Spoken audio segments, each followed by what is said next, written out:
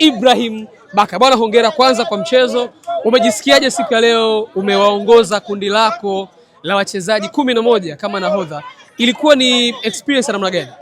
Kwanza nimshukuru Mwenyezi Mungu kwa kujalia kucheza mchezo mzuri na kumaliza salama, lakini nimejisikia vizuri sababu tumeshinda magoli mengi. Tulikuwa na performance nzuri kwa sababu wengi ambao walikuwa wanacheza sio ambao walikuwa wanacheza kila siku. Kwa hiyo ni kitu cha kujivunia kuona walikuwa na performance nzuri kiujumla. Kwa hiyo kuongoza watu kuona matokeo mazuri kama haya, nadhani ni furaha na najivunia na matokeo mazuri. Ulihisi kama kuna jambo la kipekee unapokuwa nahodha kuongoza wenzio? Ulifeel kama kuna upekee? Sio aghlabu kuniona kwa captain kwa sababu ninapotokea si mtu ambaye alikuwa nipo katika nafasi hiyo, lakini kuongoza wenzangu na ni heshima kwangu. Kwa hiyo tumeshirikiana vizuri kuhakikisha tunatimiza wajibu wetu. Nilikuona ukiwa benchi wakati Casemiro anafunga goli. Mtu wa kwanza ambaye Casemiro amemkimbilia ni wewe. Ulijisikiaje? Nimejisikia vizuri, nimejisikia happy kwa sababu siku zote nilikuwa naambia lazima usome hali ya mchezo, lakini pia usikatike tamaa kwa sababu hii ni timu kubwa. Kuna washabiki wengi na kila siku wanataka kuwa na vitu vipya na vitu vizuri. Kwa hiyo mimi nafurahi kwa sababu kafanya kitu kizuri na washabiki wamepokea vizuri kwa kila alichokifanya leo. Casemiro, karibu hapa. Uko na kaka yako bwana. Kilichokufanya wakati unafunga goli umekimbia kumfuata Ibrahim Baka, kiko kitu gani? Tangia nijiunge na Yanga, no. Yani ndo mtu wa mwanzo katika wachezaji, yani akiwa ananishauri mara kwa mara. Ulikuwa uone kama wananisumbua? Unajua kuna wakati fulani mtu akiwa anakushauri kama ni usumbufu, ukweli kufeel kama ni usumbufu fulani? Sio usumbufu kwa sababu mimi bado natafuta, kwa hiyo lazima nishike ushauri kutoka kwa watu, na hususan ni kwa katika timu hii. Bwana, kuna kauli yako moja, mimi nipewe dakika zangu 15 tu.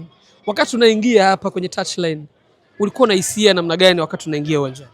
Na hisia kwenda kupambana tu, kufanya vitu vizuri, basi na mimi niwepo, ninapata nafasi mara kwa mara. Wakati unakimbia kwenda kushangilia kwenye kibendera, kwenye kichwa chako ulikuwa unawaza nini? Lakini nimefunga kweli au ulikuwa unawaza kitu gani? Furaha tu. Furaha tu, sio kingine. Furaha tu. Hongera sana bwana Baka, maneno yako ya mwisho kwa kijana na kusikiliza hapa sasa. Amepata jukumu hili na amefanikiwa kufunga bao lake la kwanza. Nafikiri anaweza kama miongoni mwa wachezaji vijana wadogo zaidi kufunga bao katika kipindi cha miaka 5 kwa upande wake.